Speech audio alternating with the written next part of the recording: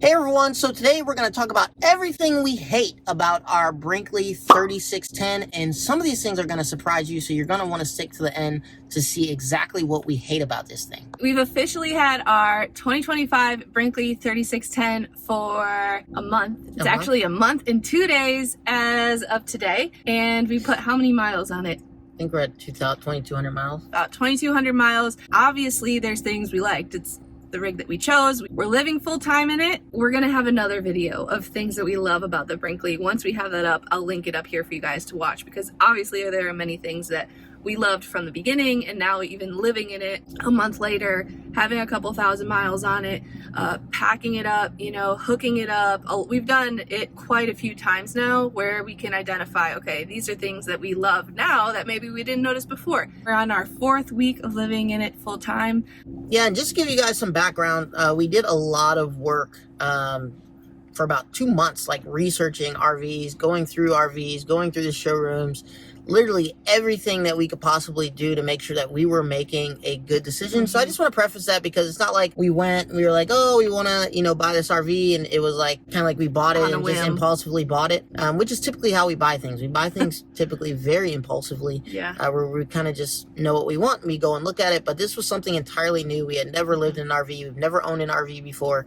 So we never even camped. Never camped, not one time. So when we bought this, we never had done anything. Yeah. But overall, I will say the 3610 has been awesome. There's just some things that I guess they're just being nitpicky or whatever you want to call it, that you wish it had, or maybe that you wish they would have done different. We'll go through some of those things right now. Okay, so here are some things that I don't like. One, the shelves in the bedroom, especially the ones on the left wall if you're walking in, are very narrow. They're not just not super deep. They're very narrow, where they're almost unusable. Like, there's not much you can put in them besides like a remote or maybe a picture frame or something like that. The one that's on by the dresser, that's on the wall over by the dresser, is a little more useful. We're able to put like some spray bottles, laundry stuff. We're able to put our modem in there. It's just more useful, where the other one isn't so much.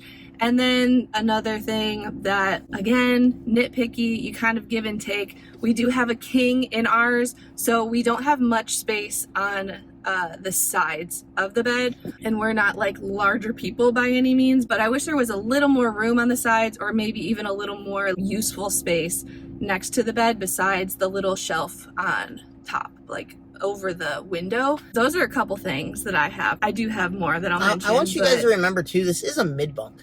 So you're gonna sacrifice. When I look at all the layouts, especially anything that is used for like, there's multiple kind of like rooms, like divided rooms. And when I say that, I'm talking about mid bunks, I'm talking about like a bunkhouse, which are typically in the back. If you look at toy haulers, like any time you're like getting something or gaining a room or gaining kind of like a space that's more secluded, you're going to be losing space in other areas. So when she's talking about those shelves, once again, this is not something Brinkley even had to put in there. Like a lot of RVs don't even have those shelves. So just the fact that it has those shelves is a bonus. I think what you're maybe talking about is, if you're going to put it there, if you're going to put it there, you might as well put it there and make it useful. Correct. For people. So some of the things that I kind of would nitpick about is in the pantry, they have like a magnet kind of sensor that kind of allows the light to come on and off, and that broke. It got stuck or whatever may have happened, and it wasn't working. So I did change that out for a push one, so it closes and opens the circuit through like a push. So I did change that. We haven't had any issues with the appliances, but we're in a couple Brinkley groups where people have had issues with their appliances, and it's usually the Furrion appliances. So like maybe at some point that would be something that we would change out. So I wish they maybe put different appliances in there, but we haven't had an issue with it. So it's not really an issue. Maybe I wish they would have had a 4-burner stove in there instead of a 3-burner stove. That was going to be one of mine. I've had I think it's 2 screws. Like I've gone through mostly all the cabinets now, and tightened up any of the screws, and there's just 2 screws that are kind of like loose, and they've used like really long bolts.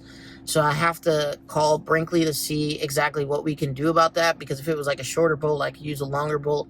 If it was, a skinnier bolt, I'd be able to use maybe like a little thicker of a bolt. So I have to figure out what I'm going to do, because I don't want to, you know, I don't want those bolts to eventually come undone or break or anything like that, and the hole now is unusable, and they're, you know, it's going to be very hard to fix at certain points. So I wish they would use a softer mattress. I mean, the mattress is like super firm, even though it's like very thick, which is really weird. They use like, it's probably a 10 or 12 inch mattress.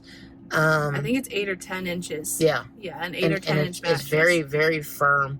But I mean, we ended up getting a topper, and I sleep really well on it. I feel very, like, the mattress topper I think was $100, and we just cut it to fit to the size of the cut king a few in inches there. off the side. Yeah. Yeah. That's another good one. The mattress. I didn't even think about that because, again, we kind of solved the issue before it was an issue, and it hasn't been an issue. There's another thing too that I wanted to mention, which I'm sure there's very good reason for, and I am not a mechanic or like engineer by any means, but I will say 3 of the 4 slides you can use the One Control app for to push them in and out, like from your phone. So I can actually be outside while I am opening the slides when we get to a location. But the one slide, the mid bunk slide, is not. It's manual for some reason. There's a switch inside the mid bunk. So again, sure, there's very good reason that it is not hooked up to the One Control. I'm not sure why, but it's not. So one of us has to be inside, and if there's obstructions or things we might think come close or whatever, the other one has to be on the outside for us to put that slide out, just to be safe. So that is another thing that I will say, again, if I'm being nitpicky.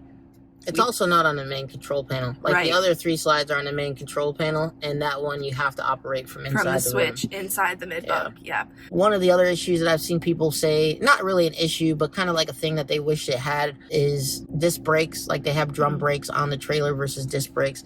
Once again, it hasn't been an issue for us yet. And we have a 2025, so I know a lot of the 2023s or 2024s people kind of complained about them. So I mean, there may be things that happened that got fixed in our 2025, because I haven't really noticed any issues with our 2025. You know, but just little things like that. I mean, there's not really much that I can look at and say I wish they did better, right? I mean, a lot of these things are not Brinkley issues. Like when you look in the Brinkley group, a lot of the issues that happen with Brinkley RVs are typically not Brinkley issues. You know, if it's the refrigerator, that's Furrion, it's not Brinkley. Now, Brinkley is making a choice to use these things, knowing that they may have issues or other things wrong with them, but you get what you pay for in my experience, right? With anything, like, Brinkley is not the most expensive RV by any means, but to me, they have some of the best quality. I mean, we've been in RVs that are a couple $100,000, and we've been in RVs that are, you know, $10,000, $40,000, $50,000, $60,000, and Brinkley by far has superior build quality.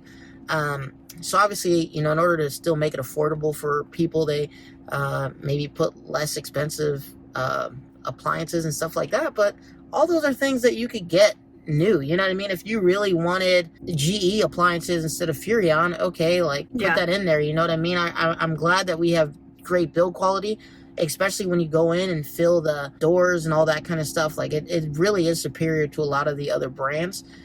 Just like the build materials they use seem very superior to a lot of other brands. And I mean, in the Brinkley group, the things that people are really comparing the Brinkley to are if they were to go get a DRV or a luxury mobile suites or something like that. And those are, you know, a couple $100,000. So knowing that people are comparing it to that, we went inside of Grand Designs, we went inside of Redwoods, we went inside of like pretty much every kind of brand of RV, Alliance, every brand of RV.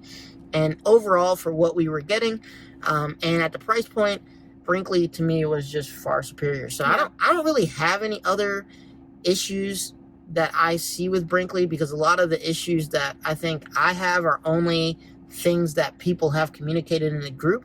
But once again, like, they haven't really been an issue for us. Yeah. So there you go. There are a few things we don't love. Again, not like super serious, you know, deal breaking issues or any issues. Really, it's just us being nitpicky. But I wanted to make this video because there might be things that if you're looking into the 3610 or looking into Brinkley, you might just want to know about, right? Might want to be aware of. So that is it for what we don't love so far about the Brinkley 3610. We will see you guys in the next video.